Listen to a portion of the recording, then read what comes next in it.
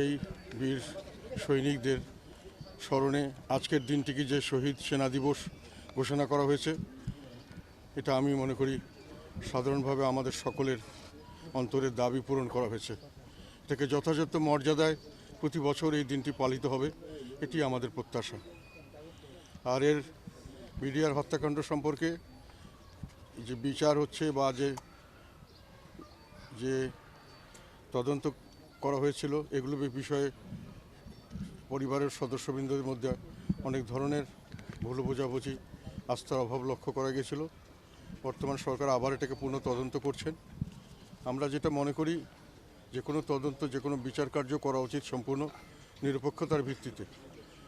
কাজেই বর্তমানে যেটা হচ্ছে সেখানেও আমরা আশা করব সম্পূর্ণ নিরপেক্ষভাবে, নিরপেক্ষ দৃষ্টিভঙ্গিতে যেন এই তদন্ত কার্য এবং পরবর্তী কার্যক্রম করা হয়।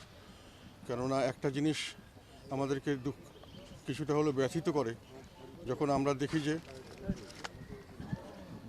বিগত সরকারের অনেক কিছুই খারাপ ছিল, কিন্তু এখন একটা নতুন ধরনের সংস্কৃতি চালু হয়েছে।